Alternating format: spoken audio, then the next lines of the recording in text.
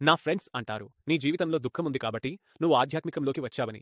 మేము ఎందుకు రావాలి? ఇది కేవలం లూజర్స్ కోసం. ఎవరి జీవితంలో బాగుందో వారికి ఇదంతా అవసరం లేదని అంటారు. ఎవరైతే ఈ మాటలు మాట్లాడుతున్నారో వాళ్ళ దృష్టికోణం నుండి సరైనదే చెబుతున్నారు.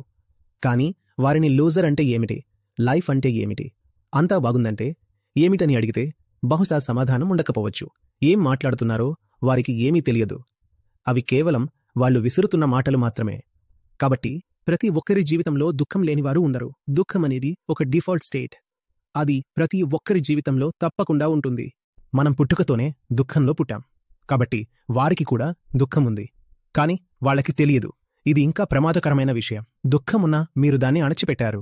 లేక మీరు దాని ఆపోజిట్గా సుఖం వైపు వెళ్లి ఏదో ఒక విధంగా తప్పించుకోవడానికి, పారిపోవడానికి, వినోదం పొందడానికి ప్రయత్నిస్తూనే ఉంటారు. కేవలం విముక్తుడైన వ్యక్తి మాత్రమే నా జీవితంలో దుఃఖం లేదని చెప్పగలడు. దుఃఖం అందరి జీవితంలోనూ ఉంది.